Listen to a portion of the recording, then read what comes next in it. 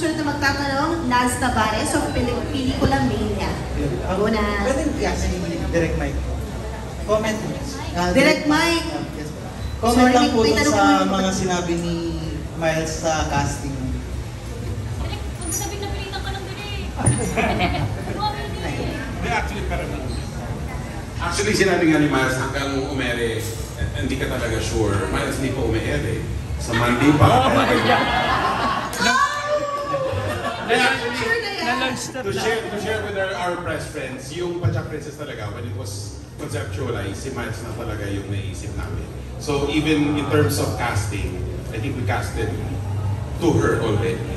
So yeah, si Miles, ang weird niya kasi nung minute namin siya, parang umiiyak siya dun sa office, tapos sinasabi namin, totoo ba to, Direct? Totoo ba to? Totoo to, Miles. Saka wala na, too late na, okay? Na ano ka na, you are our princess. Wala kang magagawa.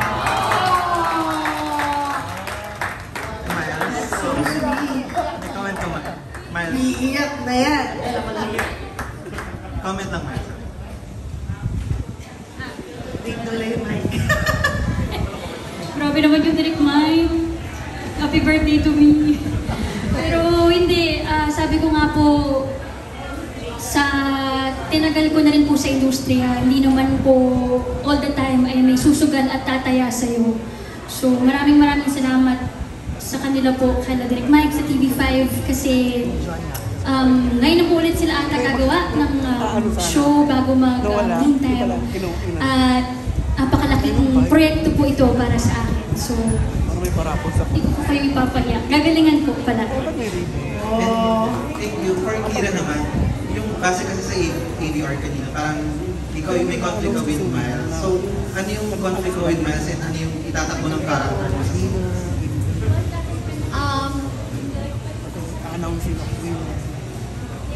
Console muna, syempre. Ito lang po ang pwede kong sabihin at i-share.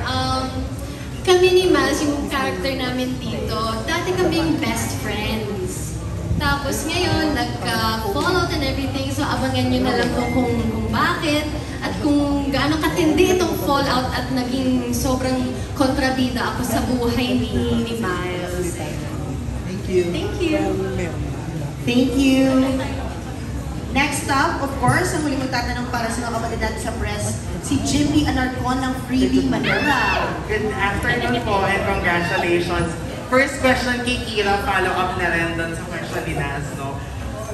How did you feel when you were first offered na kontrabida ang gagawin mo? Kasi parang ito yung super first time na ganyan kasama yung character. And how did you study to become a kontrabida?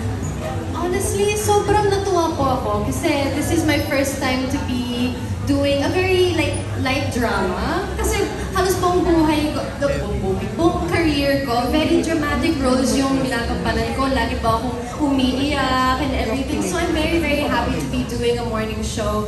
And for the kontrabida part, natuwa ulit po ako kasi I'm always the good girl. Alam mo yun, ako yung laging umiiyak and everything. So ngayon, ako yung magpapahirap. Ako naman, di ba?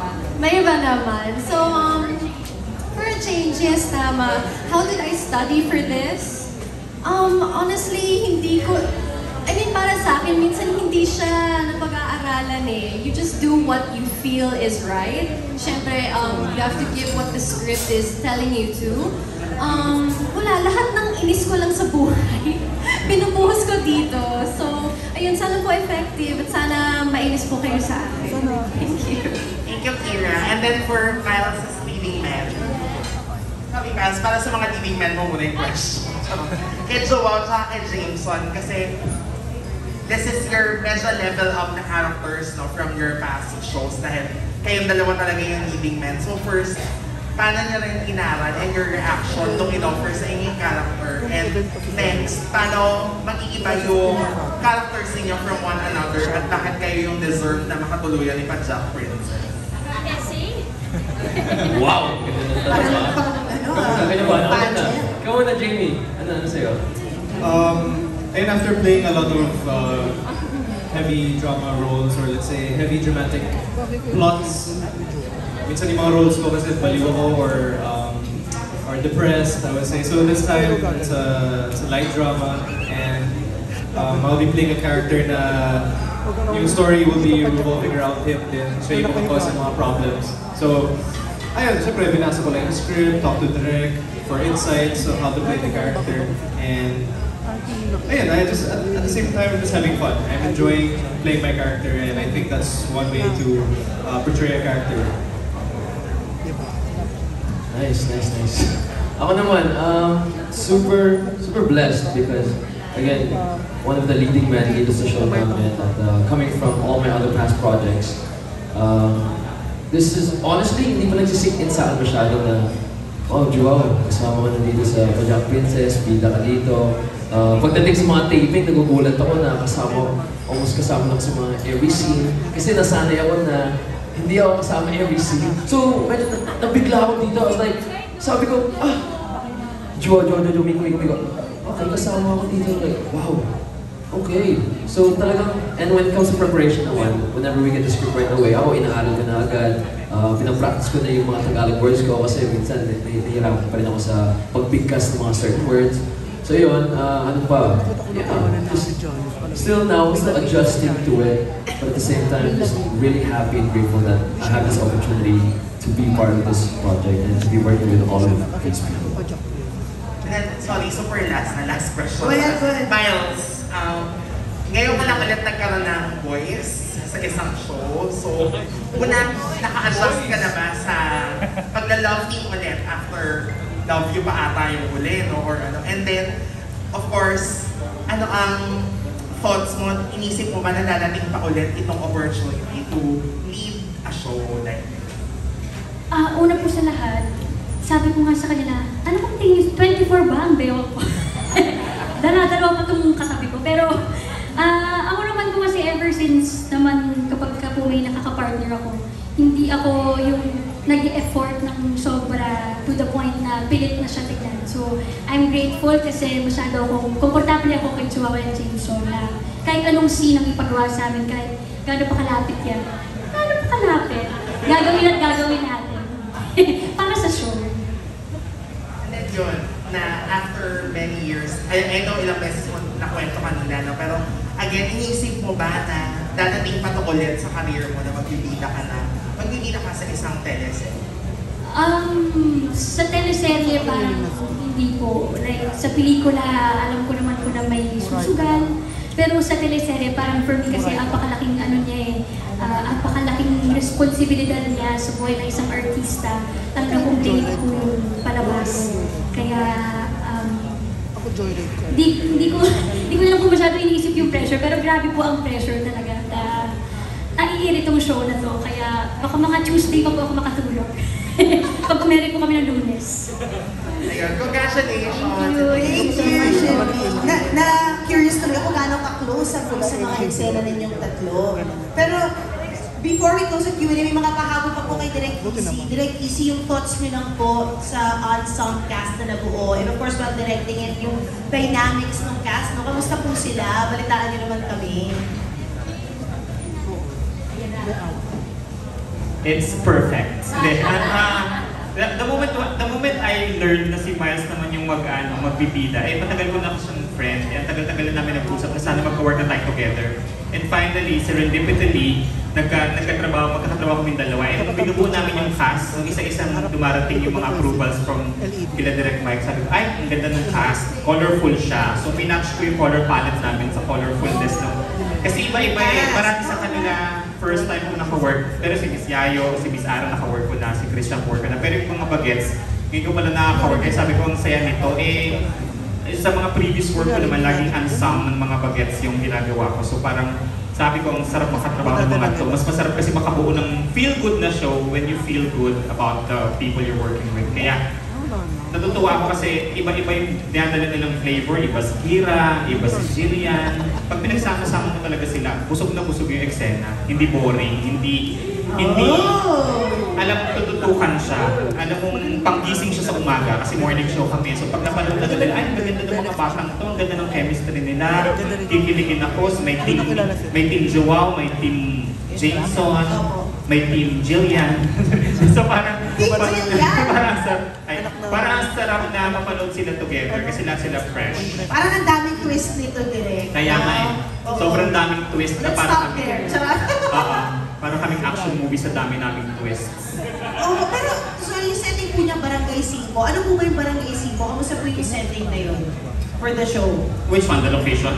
Yung Barangay 5, di ba yung Project Princess is? Actually, when we're conceptualizing Barangay 5 as a place of yung milieu ng magiging story ni Princess, we're actually gearing towards, although we were seeing that it's, you know, hindi siya high class, it's a masa yung class niya, pero gusto namin, masarap pa rin siya sa mata. Kasi parang syempre morning show siya. So everyone there gusto ko ma-project na everyone is friendly, everyone helps each other, kahit na merong dayo. Pag may dayo, parang they connive together para hindi, parang to protect themselves. So the typical Filipino community, ganun ang gusto namin pakita na mapagmahal sa kapitbahay, mapagmahal sa pamilya, they protect each other. So binuo namin yung Barangay 5 na gano'n para alam lahat sila magkakapatid doon, alam lahat sila doon magkakakampi. So gano'n namin siya i-project as a morning heartwarming show.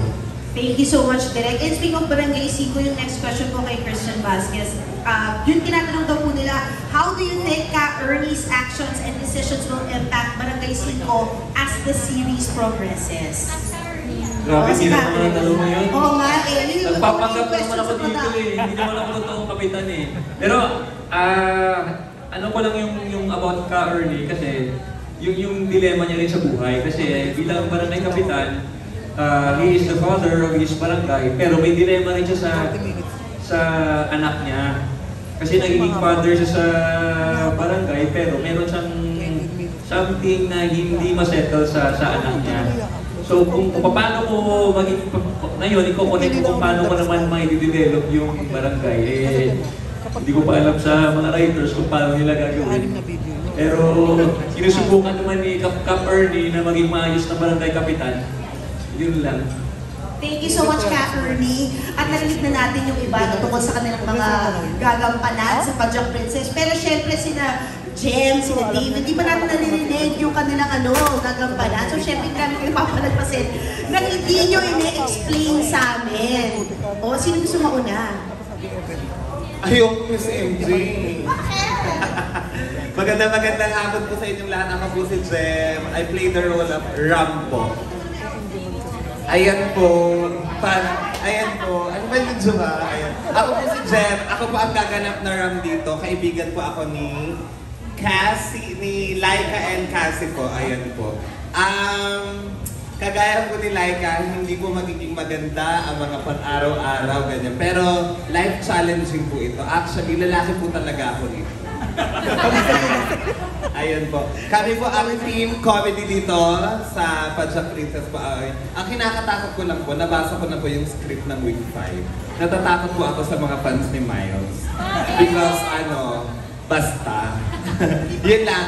Parang isa ako ata sa kaiinisan dito ng mga followers and fans ni Jameson. Nila yun. Ayun. Pero I'm happy to be here. Maraming salamat. Thank you so much po, Miss Car. Payak na. Thank you po. Thank you! Ayan. At hindi ba natin nanonood, David? O, si David, hindi ba nagkikwento, di ba? Hi everyone, I'm David. And ito tayo ba? So gagampanan ko po si Andoy. Kapatid ni Miles. Isa po ako sa mga pinagpupunta ni Ate Miles na takas para mapagpatuloy ang kanyang pagpagkari. And sinusuportahan ko namin siya at mahal na mahal namin siya. And I just want to say that I'm really grateful to be part of this amazing cast production and show. And amazing director, and yeah. Akala ko Pinoy head. Thank you! Ang ating mga ladies, hindi pa natin napapakinggan si Mel at si Carissa. Go! Anong mga karakter niyo rito? Yes, go ahead. Dito ka lang sa gitna, pwede ba? Para makunan ka ng magandang POV. Ito yung ating mga camera. Mag-hello ka! Ayan. Hello po, ako po si Miel and I'm gonna play the role of Jingjing po. Nanituro pa yan! Baka manipay pa sa... Uy, bibigay nagtitape pa. Grabe. So, kahit easy mo kaya katingin sa'yo. Char lang. Okay, go. I'm gonna play the role of Jingjing po. Kapatid po ako ni Ate Miles. Ako po yung medyo black sheep po sa magkakapatid. Ako po yung laging sakit ng ulo kasi medyo meron po akong sama ng loob sa kay ate po and kay Miss Yayo po kasi hindi po ako